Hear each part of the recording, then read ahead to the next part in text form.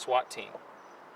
A short time later, officers located or observed the suspect running between houses in the 6500 block of Apollo Way.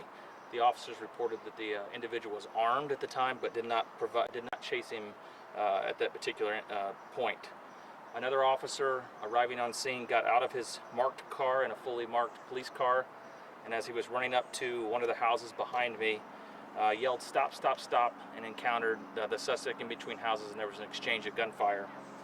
The suspect was struck. The officer was not hit, and officers arrived, took the suspect into custody, and transported him to Eskenazi Hospital, where he later passed away. No officers or uninvolved citizens were injured during this incident. We did locate a firearm where the suspect was at. Officers were equipped with body-worn camera video. The Indianapolis Metropolitan, Marion County Forensic Services Agency was on scene to collect all the forensic evidence. The Marion County Prosecutor's Office was on scene as well. The Marion County Coroner's Office will conduct an autopsy and provide identification on the suspect in this particular case. The criminal investigation is being handled by our critical incident response team. There's a parallel investigation by the IMPD Internal Affairs staff. The Civilian Merit Board, the Civilian Use of Force Review Board will review the findings of this particular incident after the conclusion of all criminal portions have been completed. The IMPD Victim Assistance Unit and Chaplain Unit was here to provide resources to neighbors and others on the scene that may have been impacted by this particular incident. That is what I know at this particular time.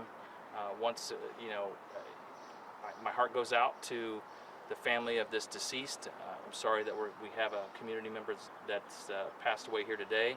I'm also extremely thankful that our officer was not injured or any civilians were injured as a result of the reckless actions that I've observed in the body-worn camera video. It appears that the suspect fired at our officer first, and there was an exchange there, and unfortunately that suspect is deceased. Any idea what led to the initial shooting? That's still under investigation. The detectives are, we're working two different scenes right now. Aggravated assault detectives are conducting the investigation at the house over there to try to find out what exactly happened in that particular incident. And as those facts unfold, we'll try to share that information with the community. Any idea on the relationship between? My understanding initially and preliminarily is that they were roommates. You guys always talk about how no matter how many officer-involved shootings we see, officers are responding to the way a suspect is acting, and that's what happened in this case, right? Yeah, it's unfortunate. You're exactly right. I mean, here is a person that suspected of committing a violent act against another community member, someone that they knew, and was running around this residential neighborhood while armed, and nobody knows what their intentions were. At that particular point, our officers were doing their job with trying to take that person into custody. We would prefer that people just do the right thing, put the gun down and surrender, and so we don't have to have these kind of things happen. But based on what I saw in the body-worn camera video, it does appear preliminarily that the suspect fired first, followed by quickly return gunfire by our officer.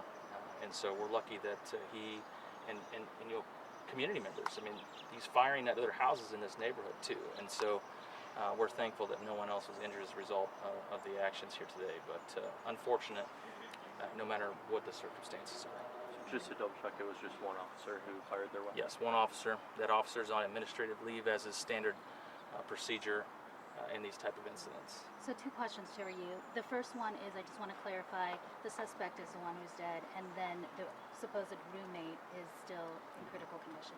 No, he's not in critical. He's in stable condition at the hospital. Yeah, but the shooter is deceased. Right, and then we also noticed there were tactical vehicles as well, and a lot of police that were going in and out of the backyard. Is there anything you can tell us in regards to that? Is there something more that perhaps you all are investigating?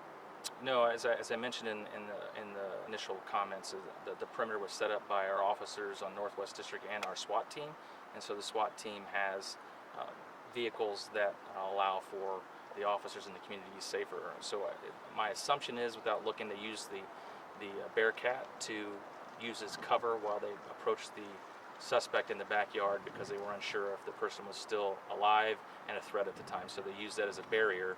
As we talk all the time about time, distance, barriers, resources, the SWAT team and their equipment they provide the officers with additional resources, cover, concealment, in order to keep themselves safe, the community safe, and ultimately, a potential suspect if necessary. Quick logistical question. Was it behind the home? Was it between the homes? It was between the houses. Well, just really quickly, of course, we've seen officer-involved shootings, and when the investigation takes place, that takes officers off the streets. Yeah.